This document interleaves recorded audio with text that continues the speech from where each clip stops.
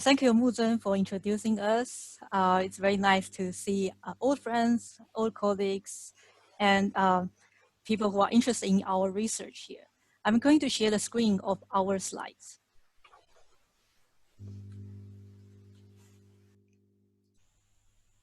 So you are seeing our presentation slides.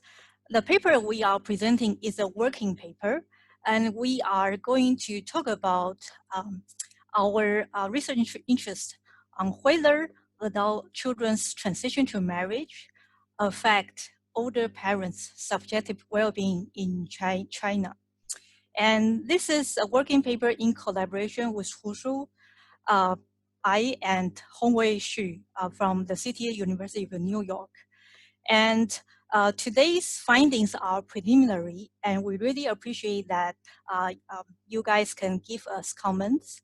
And again, we want to thank you, CAPR, for giving us this opportunity to present this working paper. So this paper is drawn upon the life course research, and we are going to present this research based on the conventional outline, starting from introduction of this research.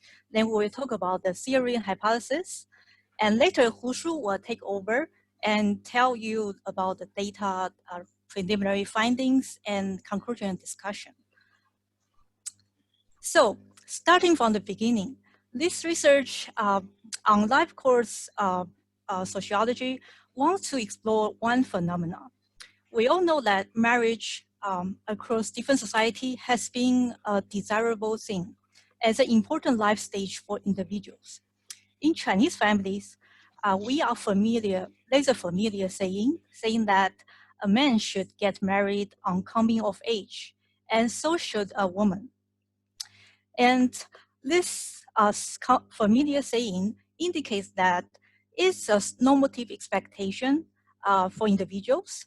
And even right now in contemporary China, it's still a popular saying for younger adults, and also even so for older parents. So from the media or newspapers, we will see the matchmaking parks in China. And the photos I found here is a matchmaking parks in Shanghai's park. And you will see that it's a parent who are giving out flyers of their children's CV, photos, or some introductions of their children. And they are in the parks trying to find mate, trying to exchange information. So interestingly, we have this saying that people should get married coming of age, but who are taking the action? From these newspapers and the media, it seems like older parents are actively helping their children to find a mate. So this phenomenon actually connects to life course theory. And there's an element called linked life principle. It says that one person's life events transition impacts on significant other's life. In this case, its adult children's transition to marriage affects parents' life and well-being. We all know that parents are always concerned about children's well-being, and of course, they don't want to see their children to have negative life events or negative life transitions. But in research, let's research pay attention to positive life transitions, in this case, transition to marriage, and whether this successful transition influence older parents' well-being. And so far, based on our search, we only found one studies that directly investigate the transition to marriage on older parents' well-being. This article by Carmine and his associate EJMF, published in 2012, found out that in Dutch families, they use two waves of Dutch family panel. Transition to marriage increase parents' life satisfaction. So Hu Shu and I and Hongwei discussed about this research and argue that apparently very few research pay attention to this successful transition. And we argue whether what is found in Carmine and his associates in JMF can apply to Chinese families. And moreover, they only use 2 waves of family data. In Chinese family, we can group longitudinal data with 5 waves. Later, Hu Shu will tell you more details. And we also want to incorporate social, cultural settings, particularly in Chinese families, in investigating such reverse life course effects. So that means adult children's transition in marriage affect to parents' well-being. So this research question is first, whether there's a main effect of transition to marriage on older parents' subjective well-being. And we will give you preliminary findings on depressive symptoms and some related well-being indicators. And second, we want to incorporate spatial conditions relevant to Chinese families that includes some preference, one-child policies, family values, and the differences between rural and urban areas. Theories. Based on the Carmine and his associates JMF articles, they argue that the linked life principle already indicates this reverse life course impacts adult children's successful transition will increase older parents' life satisfaction, because marriage is still a social desirable thing, and parents would be happy to see their children to have this successful transition. And that means parents will internalize this societal expectation and into their own fulfillment of well-being. So the first hypothesis is to predict that adult children's transition to marriage increase older parents' subjective well-being. That's a so-called main effect. And we argue that there might be gender difference. We say linked life principle says that individuals' transitions affect significant others. However, we can have into another thought, another argument saying that it also depends on parents' exposure to the children, interaction with children. And motherhood through the life course has been thought to be really important to child development and to children's education. Even in later life, older mothers are more likely to be the ones to provide help to their adult children in helping the housework, in providing grandparental child care. So we derive this hypothesis saying that the effect of transition to a marriage will matter more to older mothers than older fathers. And this part, we try to add in the Chinese family factors. Some preference is a cultural relevant thing among Chinese families. So the basic argument is that parents will invest on sons more because sons would represent the family name, will carry out the family lineage, and inherit family property. Based on this idea, we would argue that older parents may experience even stronger joyful feelings and excitement to see their sons to get married more than their daughters. So the third hypothesis is derived based on this idea, like the hypothesis written here. And another 2 important factors to Chinese families is one-child policy and traditional family values. So one-child policy between 1979 and ended in 2015 has dramatically changed family structures. And for family with only 1 kid, apparently we were seeing that parents would invest much more on this kid in comparison to parents with multiple children. And they would have higher expectation in the child's career trajectory and life fulfillment. And it also means that if we are talking about transition to marriage, parents with only one child will experience stronger impacts from their child's successful transition to marriage, more than parents with multiple children. That's the fourth hypothesis. And the other factor, traditional family values, is different from the westernized normative values to think about marriage. So westernized norm focus on marriage as personal fulfillment, personal realization. But traditional family values in Chinese families talk about the harmony among generations, and to think about how the family lines, family names can be carried out. So we argue that for parents who still believe in stronger traditional Chinese family values, would experience stronger impacts from their children's transition to marriage, more than parents who are relatively liberal or less relaxed towards traditional family values.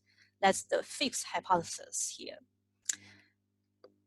And the last one, this one is more about the differences of economic development in urban and rural areas. We think this is important spatial factors that distinguish the family lives between rural families and urban families. Economic development in urban areas have dramatically changed the life of older adults. Relatively, in comparison to rural areas, older parents in urban areas would have relatively more welfare resources and community support in old age life. Older adults parents in rural areas, research have shown that still traditionally rely on children's support as old age support. And we all know that there was pension implemented in rural areas. However, relatively, older parents in rural areas still have to rely on traditional traditional support from their children. Therefore, the sixth hypothesis, 6.1, is based on this argument. The impact of adult children's transition to marriage on older parents' subjective well-being is stronger for parents in rural areas than for those in urban areas. Alternatively, since this is a new, we are trying to find the spatial differentiations between rural urban areas, we would also think that urban parents would be more likely influenced by the westernized norms. They would think that their children's fulfillment transition to marriage is to fulfill their individual realization. And it might it actually may give them stronger psychological impacts on their well-being more than parents in rural areas, because parents in rural areas may be more fixed to the traditional values and indirectly give them stress, indirectly give them pressure. So we derive this alternative hypothesis 6.2 to as a competing hypothesis to test that the transition to marriage in urban areas will be stronger than rural areas. And later part would be the data and methods. I'll give the floor to Hushu and stop the slide sharing here. Hushu, the floor is yours. Thank you, Pedro.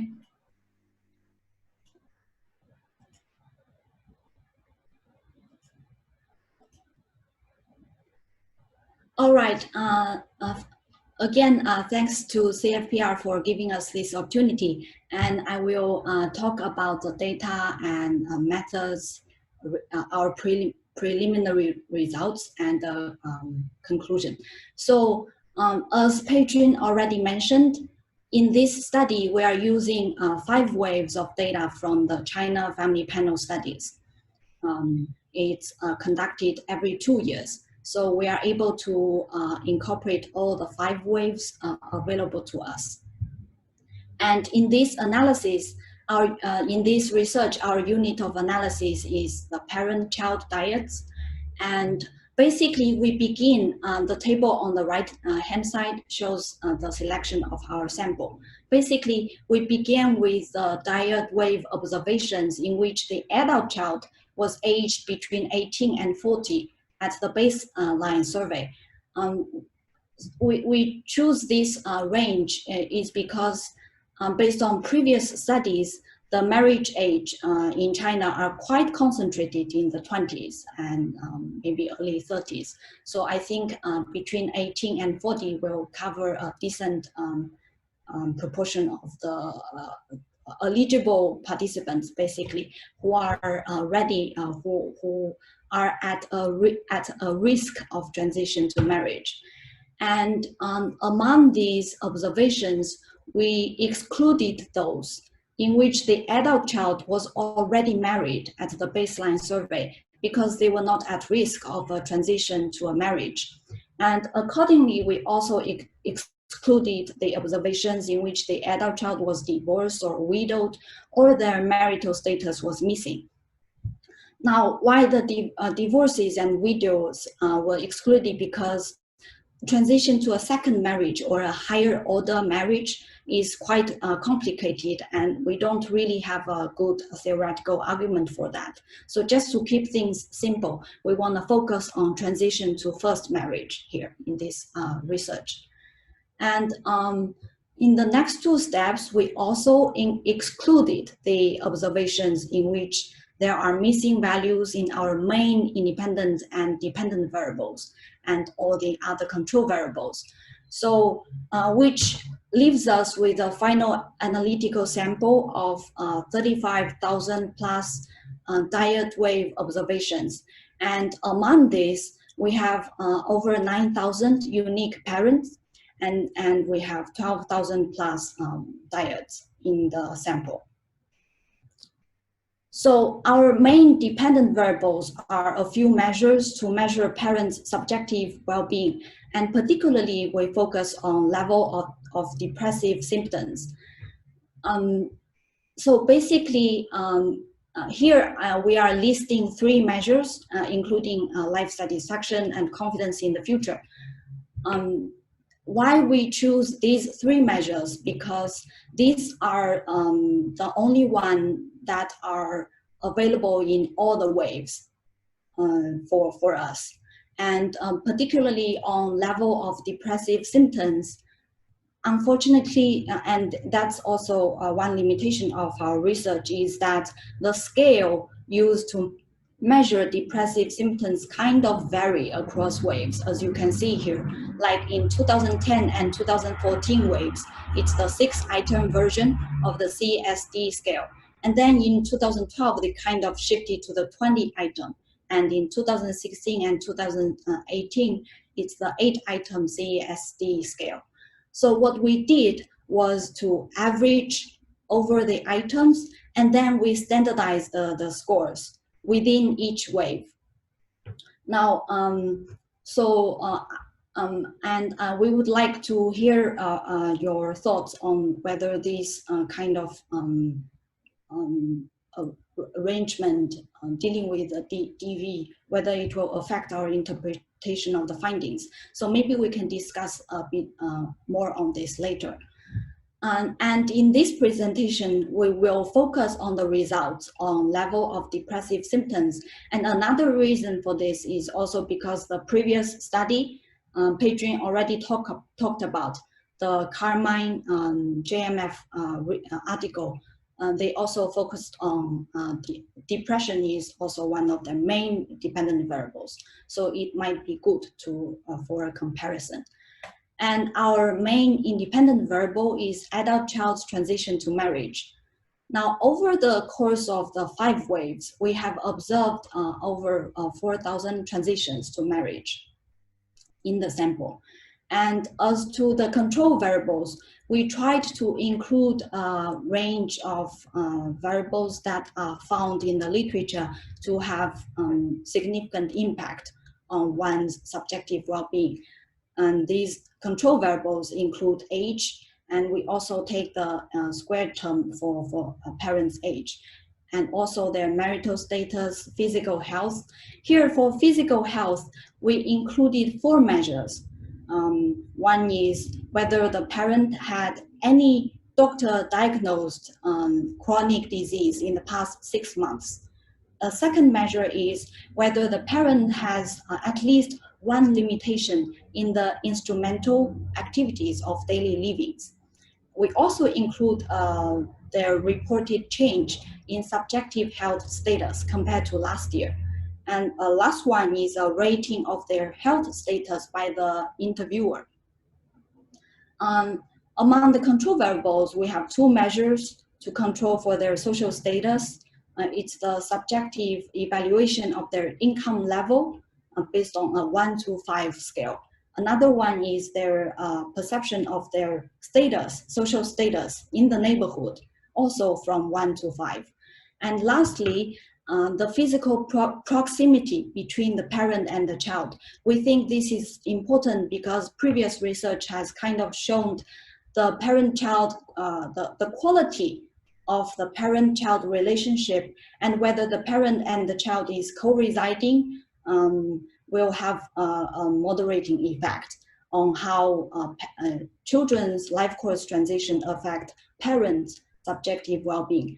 And here for this measure, we basically divide it into 3 categories: co-residence, and whether the child and the parent is in the same province. The third category is whether the child is in a different province or even overseas. So these are our control variables. And the analytical strategy, basically we use fixed effects, linear regression models here, and we have 6 models for each of the dependent outcomes. So model 1 is to test the overall impact of children's marriage formation. And subsequently in the models, we introduce one interaction term at a time. Now here is also something we would like to collect your feedback on. So basically, what's the best way of testing interaction effects in fixed effects models? Now here as you can see from here, parent's gender, child's gender, or the child or the parent's value towards the importance of carrying on the family line, which was measured only in the 2010 CFPS wave. So basically these variables, they do not vary across time. So what we did here is to increase include the interaction term between the transition to marriage and the moderating variable. Another way of doing this is to do separate analysis on subsamples, and we did both. And we are going to show some of the results from both of these strategies, but we really would like to hear your thoughts on this, whether this is better or the other strategy is better. So let me go straight into the results. Here, table 2 shows the results of fixed effects models on parents' depressive symptoms from model 1 to model 6. And the control variables we talked about earlier are included in every model, so but they are not shown here due to the space limitation. So for model 1 is about the overall impact, and we see here transition to marriage is associated with a significant reduction in depressive symptoms among the parents. So that so this result supports our first hypothesis. Now, as to whether it differs between mothers and fathers, now the Carmine's research, they looked at children's transition to marriage and on parents' depressive moods. And they didn't find any significant difference between fathers and mothers. So this is a different finding in our research. However, we are not very comfortable of this finding because in the separate sample analysis, we actually see the opposite pattern here. So, and we are still trying to figure out why this is the case. Basically, in the separate sample analysis, the results show transition to marriage is associated with a significant reduction in depressive symptoms among mothers, but not among fathers. So we are not very confident about this result. Now, whether the impact differs between sons and daughters, here the result is consistent with the subsample analysis, which I'm going to show you in greater details soon.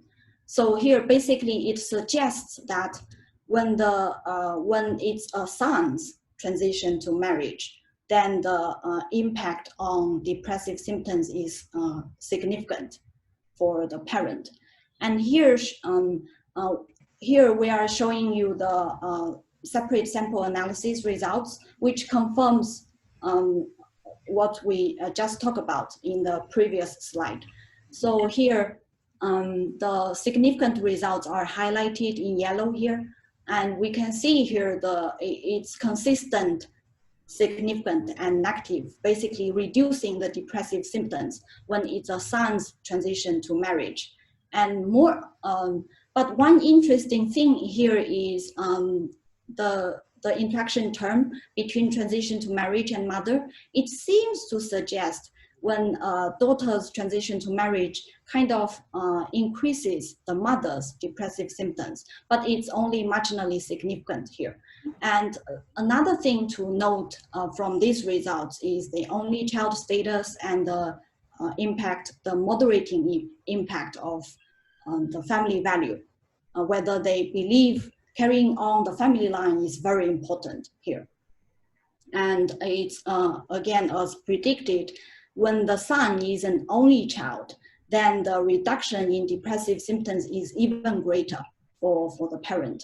And similarly, for parents who have traditional values, stronger traditional family values, then the reduction is also greater in magnitude for the parent.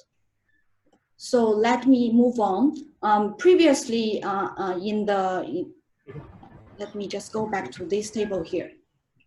We see that the interaction terms here for model 4, model 5, and model 6 are not significant.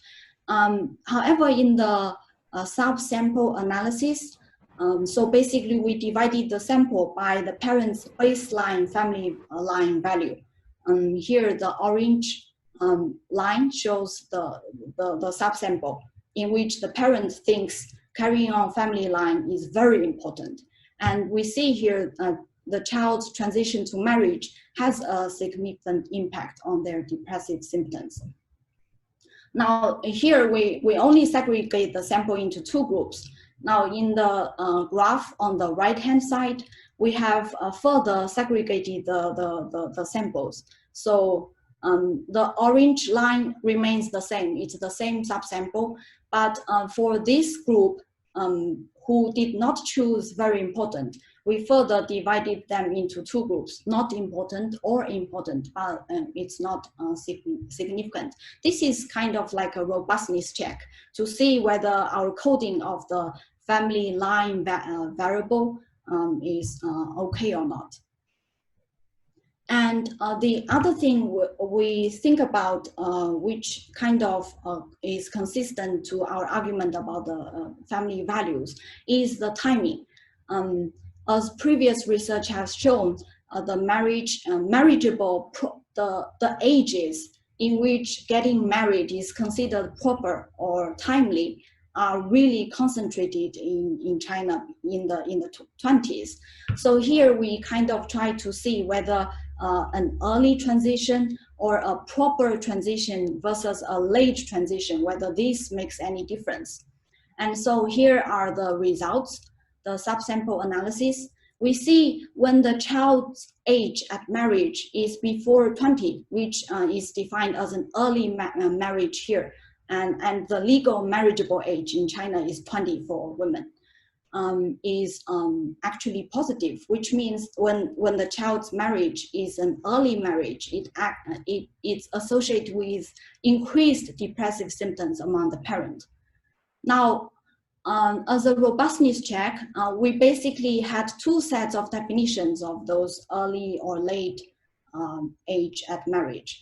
So in the right-hand side graph, we use 30 to define a late marriage. And we see here among the late marriages, the transition is actually associated with reduced depressive symptoms, which kind of is consistent with our argument about the social pressure, the social norm of getting married. So we think for this group, when the parents probably had already experienced stress for some time. And so in the case of a late transition, it really kind of removed the stress from the parents. And so these are the main results on depressive symptoms. Now next, oh right, I forgot about the spatial dimension here. So rural, urban, again, the subsample analysis kind of confirms with the table 2 results we showed earlier. It's not really significant. And we also did the analysis by hukou instead of the residence status. And here, the result basically suggests that for parents with an urban hukou, it has a significant impact on their depressive symptoms. And we will talk about some potential explanations for this later. Now, just very briefly, I would like to show you the results of the on life satisfaction and confidence in the future. So here are the results on life satisfaction. For model 3, it kind of consistent with findings on daughters versus sons differences here. Basically, a son's transition to marriage increases a parent's life satisfaction. However, the surprising findings here are kind of contradictory to the findings on depressive symptoms. So we actually suspect that probably different mechanisms are at work depending on the measure of subjective well-being. So, so here the results are suggesting for parents who hold stronger traditional family values, the impact on life satisfaction and confidence in the future, the same patterns here are weaker compared to parents who have less traditional family views. And we are still trying to figure out how to understand these findings on the satisfaction and confidence in the future. And we would welcome your suggestions and thoughts on this. So basically, to summarize the findings, the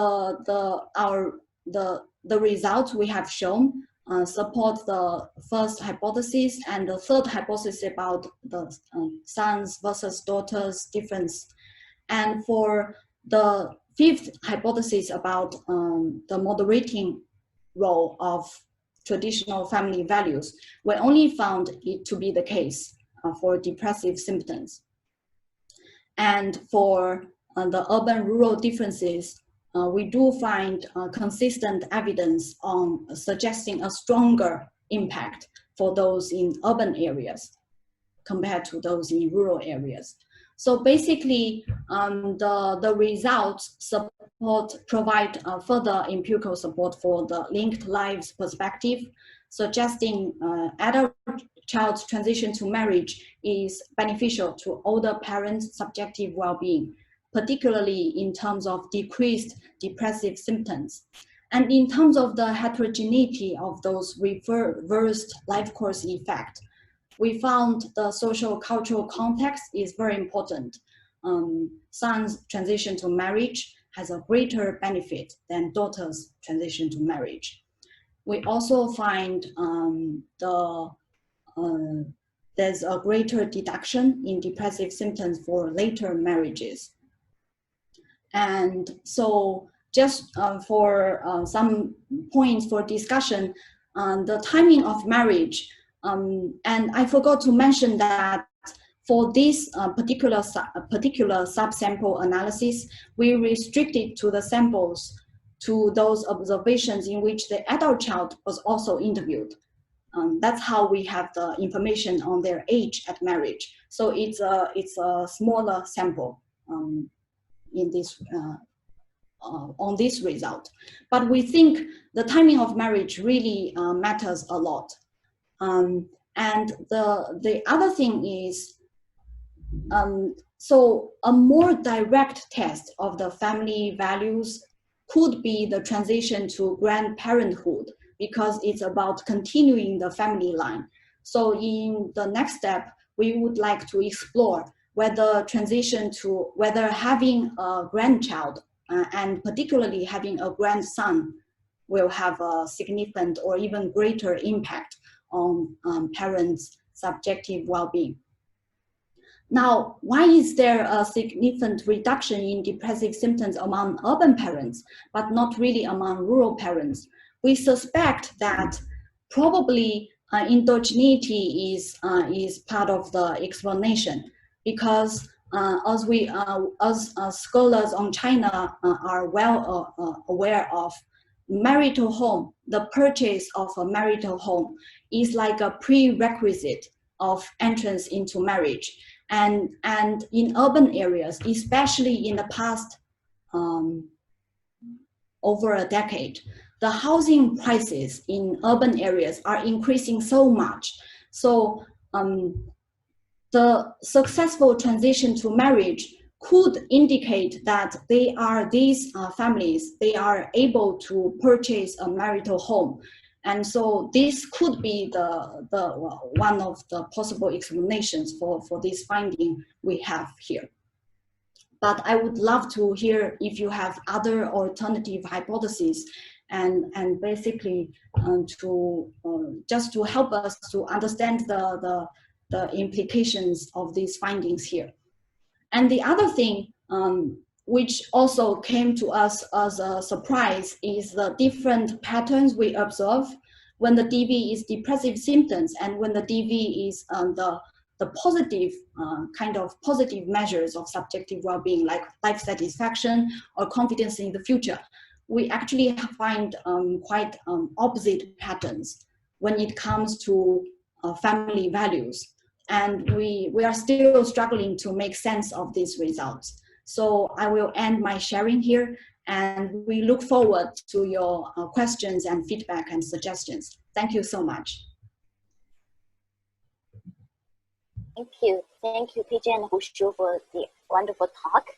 And now the floor is open for questions, comments, and suggestions. I don't see any like line up in the chat box. So basically now, please, if you have a question, please just type in that you have a question, and I will just arrange it in order. Okay. Hi, Nixon. Hi, Nixon. Oh, I just thought I asked the question. Sure. Yeah. So thanks for the presentation. I thought it was very clear. So appreciate what you have shared with us. But maybe I sort of have three questions, but these questions are all quite short. Yeah. So okay, the first question is that I was sort of intrigued that the R squares in all the models were very low, which surprises me, because I would think that when, if you have fixed effects models, that it would have controlled for a lot of the time invariant. It would intrinsically control for the time invariant effects, and that would have bumped the R square up. But why is the R square still 0.018? That sort of thing. So that's the first question. Thank you. The second question, I think it might be useful to show because you have this list of controls, control for the parent-child relationship, and then very interesting, the economic situation and so on. But you don't show us any of the coefficients of the controls. So it'd be great if you could include in the table the coefficients for the controls. I think it'd be very informative. The last one is, I was intrigued when you say there's this urban change and all that. there's this urban change. So I think maybe the models might benefit from controlling, or not controlling, but estimating these time fixed effects. If you include the time fixed effects, it may capture the change over time, the shift from all these big structural changes that may have an impact on SWB, subjective well-being, and so on. Yeah, the last one is a comment. I was intrigued when you said that the results for the depression is different from that of life satisfaction. I think to me it sort of suggests that it doesn't mean that if you're not depressed means you're happy, right? Yeah, so the absence of depression is not necessarily then automatically translates to you being happy. It may not be the case. Yeah. So thanks. Thank you. Thank you so much, Vincent, for all your wonderful questions. Muzheng, do we respond now, or we? I guess you can just respond now. Okay. So for the R square, that's a very good question. So actually, in fixed effect models, there are 3 R squares: the within, between, and the overall R squares. We believe this is the. I may need to go back and double check. So I'm actually not very sure which R square was showing in the tables, but that might have played an impact here. From the raw output of the regression, I remember the R square being in the 14%. So it's not the 4.5% we're seeing here. So that's one thing. And for the coefficients of the controls, yeah, that's a very good question. And basically in the presentation, we didn't show any of the controls because our focus is really on the transition, the event. But I can talk about the impact of the control variables here. So basically, the parents' marital status has a very significant impact on their subjective well-being, which is not surprising. And all the measures of the physical health are highly significant. The physical, like whether they have a chronic disease or their subjective evaluation of their health status, whether it has changed compared to last year. And again, their evaluation of their income status and their social status in the neighborhood, all these measures are highly significant predictors of all the 3 measures of subjective well-being. Yeah, and in the expected directions. So I hope this addresses your second question. About the time fixed effects, yes, we have thought about that. And in the model, we controlled for age and age squared already. And in fact, we tried to include the wave dummies there. And once the wave dummies are included, then the coefficient on age and age squared are no longer significant because I think these 2 are linear. Yeah. So that's why in the models, in the end, we dropped the wave dummies. But because we think the age and the age squared kind of have taken care of that factor. And yes, your comment on the patterns, different patterns for depression and life satisfaction and confidence in the future, yes, I totally agree. Sorry, what was the impact of the parent-child relationship is positive, right? So the quality of the tie between parent and child would result in positive life satisfaction or negative depression, right? Oh, that one, yes. The proximity between the parent and child. Okay. Yeah, sorry, I forgot to mention that. Thank you. Thank you very much. So on that variable, one interesting thing is when the child is in a different province or even in overseas, it has a positive impact on parents' subjective well-being. But we think it's actually suggesting that these children are probably successful migrants. Yeah. And because in the CFPS survey, the questions on the quality of parent-child relationship are only asked for the parents who are age 60 and above. So that's very restricted. That's why we didn't have any measure of the quality of the parent-child relationship here. Thank you. Thank you. Appreciate. Thank you, Vincent. And our next question should be Professor Prem Thamaraju from NTU. Yeah, thank you. Thank you, Pachun and Shu. Very interesting question, very interesting project.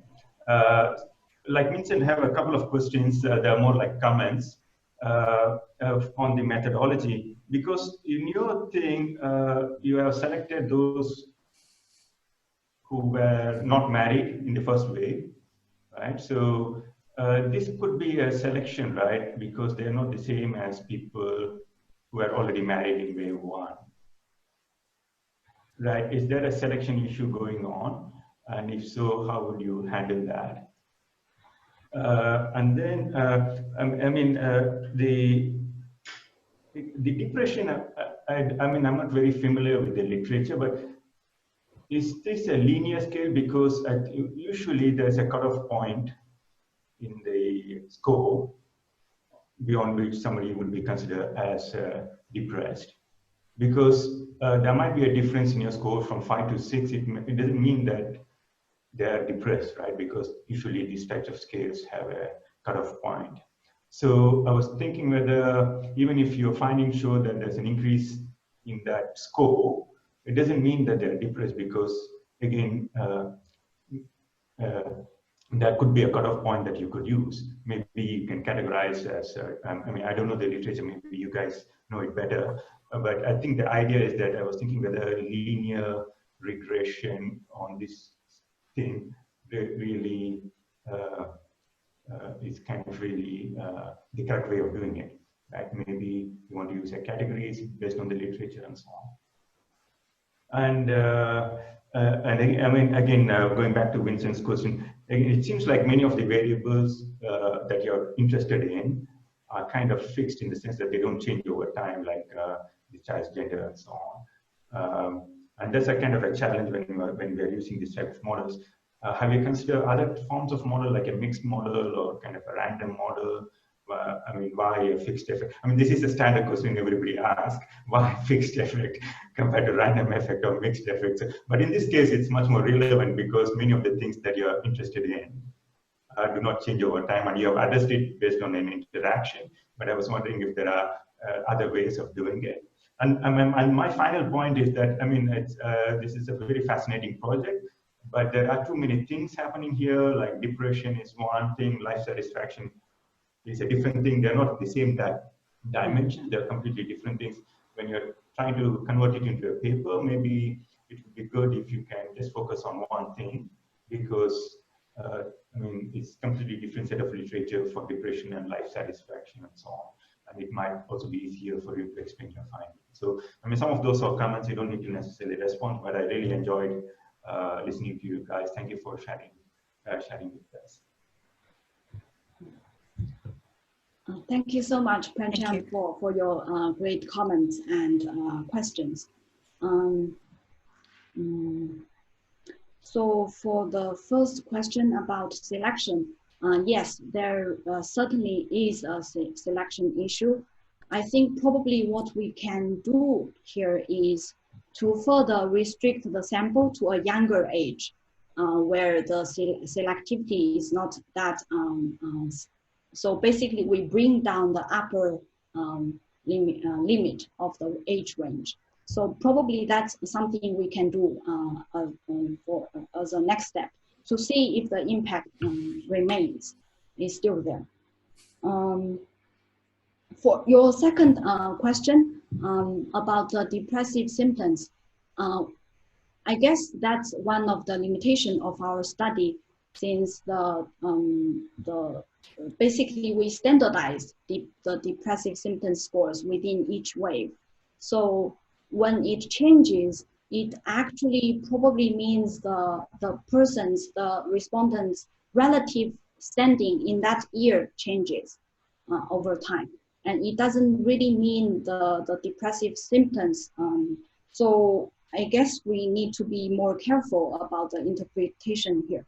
And one thing we could do is actually to only use the 6 items that are common to every wave and use the absolute value as the measure for depressive symptoms. And in this sense, we can actually say that if there's a change, but we haven't done that. And thank you for your question, which we will incorporate in the next steps. About the whether fixed effect model versus a random model, we have thought about that, and we actually checked and did a Hausman test, and basically the test result favors the fixed effect, and that's why we stick to the fixed effect model here. And yes, the suggestion on focusing on depressive symptoms. What do you think, Pedro? So I just want to add to the depressive symptoms.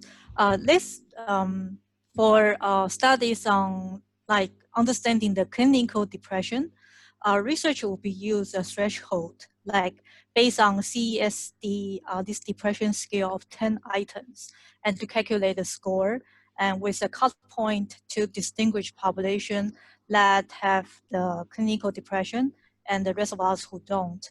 But here, since CAPS do not have like CES10, this standard scale is more like 6 items, I think we will rephrase when we use this variable. We will call it depressive symptoms. We will not use like depression so that people might be confused with depression, like clinical depression.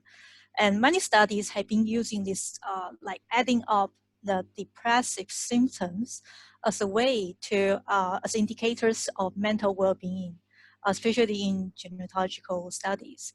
I think what Hu Shu just added, that to use the six items might be a way to pursue.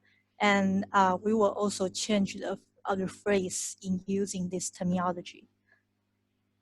Thank you. So our next question is from Abhijit. Hi. Hi. So quick, well, I don't want to necessarily sort of jump onto this conversation about depression or depressive symptoms more specifically speaking, but I did have a couple of things to say about it. One, I agree, Pei-Chun and Shu, with your idea that you should maybe use the common 6 items, I think, across these different waves. And maybe what you may want to do is just present like in a line or two, what you found using some factor analysis, just to sort of say that they all come together and that it's similar, I think, across these different waves. The second thought I had was that you do say that you do use depression as a measure of subjective well-being. And I'm not 100% sure about it. Again, this is not literature that I'm very deeply familiar with. But are depressive symptoms considered, or is the scale measuring depressive symptoms considered a measure of subjective well-being? Because it's asking a sort of a range of questions put together about how an individual felt or thought in the past week, right? Usually. And I think Pei-Chun is right, which is that at least in the gerontology literature, when you're looking specifically at older adults, it's considered a sort of a measure of mental well-being or psychological well-being more than subjective well-being. Life satisfaction, on the other hand, I think is a measure of subjective well-being. So maybe what I think Prem mentioned in terms of splitting this into 2 different things, because the different constructs in some sense, is something for you to think about. The other thing I wanted to say is it would have been useful to see some descriptives. I think at the beginning, I think the distribution of I think older adults who what is the distribution of the CSD items, what proportion of children are we talking about, and things like that across ages. So that would have been useful. I mean, maybe you have a backup slide or something on it. And the third and the final question I had was that what wasn't exactly clear to me was that what is the hypothesis as far as mental well-being, right, is concerned? I mean, let's call depression mental well-being, and a child's sort of marriage. And so it would be nice to sort of hear more from you, not necessarily now, but maybe in the paper, what is this pathway that you expect or hypothesize between mental well-being of an older adult and a child's marriage? Thank you. Thank you. Adrian, go ahead. So I will start from the last comment you asked about the link, how the transition to marriage links to parents' well-being.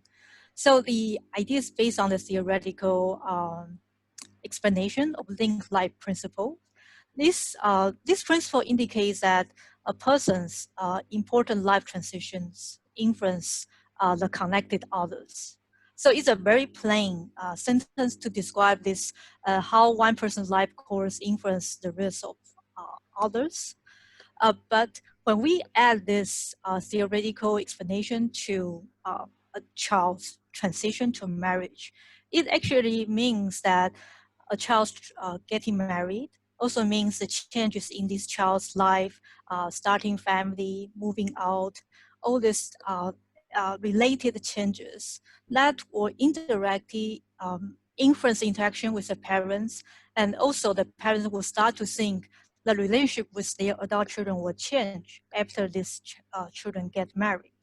So we are trying to kind of add more explanations to explain how this link-like principle actually means the effect from younger generation that impacts on older generations. And there may include the social psychological mechanisms, they may include the normative expectations that mix together that will trigger the positive psychological impacts in and in this paper we want to test whether it might be the case in the Chinese families. And your comments on life satisfaction and depressive symptoms are really valid. We are all of us are trying to figure out how to structure this paper. We have so many findings, but we want to have a consistent story. And what you point out is that life satisfaction is more about subjective well-being, and depression symptoms can be mental well-being, mental health. I think that would be a good idea for us to think about how to restructure and trying to give more consistent story in this paper. Okay, Husu, do you have anything to add? Yeah, just one point for the mechanisms leading, basically linking transition to marriage and mental well-being. And it's a kind of related to our hypothesis about the values, the social norm. So because marriage is so universal and there's so much pressure on parents and young adults to get married, we thought once the child successfully transitioned to marriage, then it kind of takes the mental burden off the parent, and it helps to reduce these depressive moods they have been experiencing before the transition. So that's part of the thinking here. Can I have a quick sort of follow-up, Zhang? Sure. No, I mean, yes, unless the pressure moves from, well, why is my kid not married, to why don't I have a grandchild now, right? So I mean, this can be shifting goalposts that I think, or people may have in terms of what satisfies them, etc. But here's a sort of a more serious comment, which is why don't you sort of then look at the time that any of your measures of subjective well-being were measured, whether not only was there a transition to marriage, but was there, for example, a grandchild? Or did living arrangements change, right? And that would be like an interesting, maybe pathway to look at, or at least at the very least, just control for the presence of a grandchild after the kid got married, and whether living arrangements had changed and what they are now, some way of constructing. Yeah. Okay. Thank you for the suggestion. So as I mentioned earlier, the living arrangement is kind of controlled already, the physical proximity between the parent and the child. Okay. And your point about controlling for the presence of a grandchild is, yeah, we will definitely try that. Thank you. Okay, thank you. Thank And you. so time-wise, Zhu told me that we need to end at 1:15. And so how about we collect the questions together and without taking new questions, and then the two presenters can respond selectively. How about that? And so next, let's have take questions from Xiaorong, Peel Du, Poonam, and a comment from Christy. And after that, Wushu and Peijing can respond. Okay. Hello, Xiaorong. can you hear me now? Yes. Yes. Okay. Thank you very much for this wonderful presentation.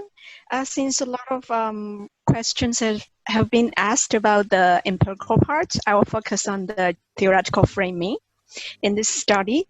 This is a very innovative research question, obviously. But for me, this whole idea of how transition to marriage affect parents' subjective well-being is something that can be further unpacked, because transition to marriage is actually a social process. It has many dimensions. For example, whether you marry or not in the end. And secondly, the temporality of it, the pace of it.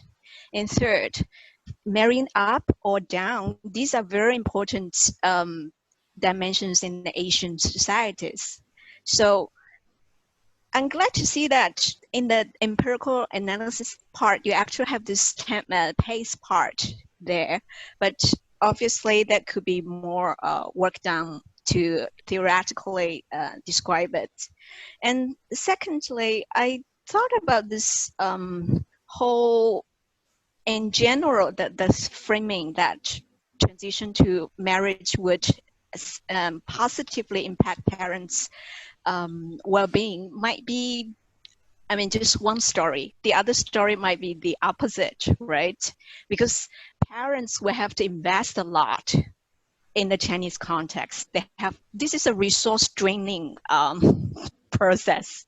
So that the opposite might be true. Parents might feel more pressure and depressive symptoms.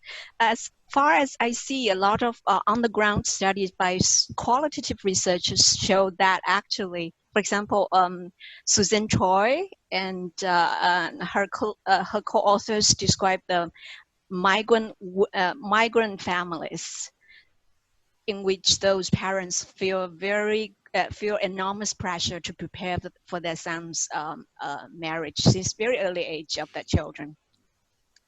And yeah, that's pretty much what I'm saying. Thank you. Thank you, Xiaorong. Thank you. Zhu? Hi. I also suggest you, focus on one outcome like life satisfaction, considering the reported weakness in the measure of depressive symptoms. And regarding this, I'm wondering if parent-child contact or the geographical proximity plays some role in explaining urban-rural difference between transition to marriage and life satisfaction. Maybe you can try three-way interaction between transition to marriage, urban-rural residence and contact or proximity. And also another thing is you can try multiple imputation considering the proportion of missing is around 10%. And lastly, I don't see anything that accounts for the retransition from marriage to non-marriage, for example, divorce, separate, or widowed after the child gets married. So I suggest you can try to, to account for this in two ways. The first one is to conduct right censoring. That is, to drop observation in the subsequent ways after the child gets married, so that we can, remove those observations to purely see the effect of transition to marriage. And another thing is to create the variable for those who experience more than one transition in their marital status across waves, so that we can see whether the, retransition to non-marriage really matter to the life satisfaction or depressive symptoms of the parents. Yeah, that's all for me. Thanks. Poonam, do you want to elaborate on a question about arranged marriage in China? Should I ask the question? Yeah. You want to elaborate or Fine. It was there in the first slide itself that a kind of arranged marriage program has been there, because since in Nepal also we do have arranged marriage here also in these days of modernization. So are the arranged marriages in China, they help in the depression and in the well-being of the parents? Do the parents really encourage their children for the arranged marriage, or like it was seen, the son has been given preference and all these things? Is that the same thing as we have in Nepal also? I would like to ask that. Thank you. Thank you. I see that Christy has already come up with a very detailed comments. Christy, do you still want to add some of this, or it's fine just as what you typed out?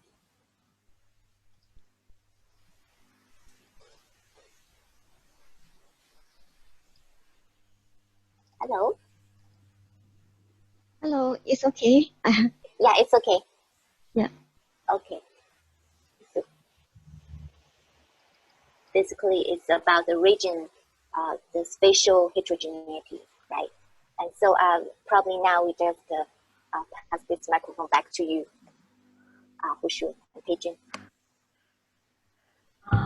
Thank you, Xiaorong, Pierre-Du, Poonam, and Christy. Very good comments and suggestions.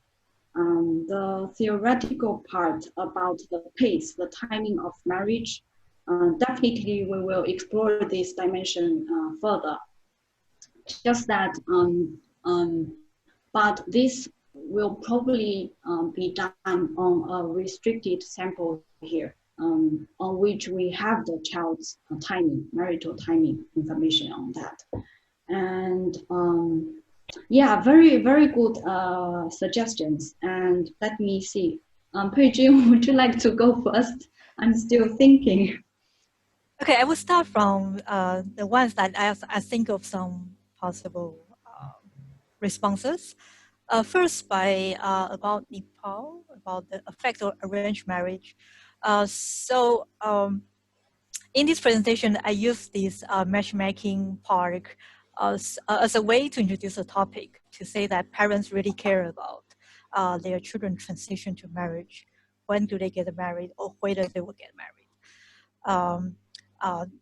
In the CAPS data, we could not distinguish whether this transition to marriage is due to the matchmaking or it's a free marriage. So we could not answer that whether it's the arranged marriage that really have the positive impacts on this.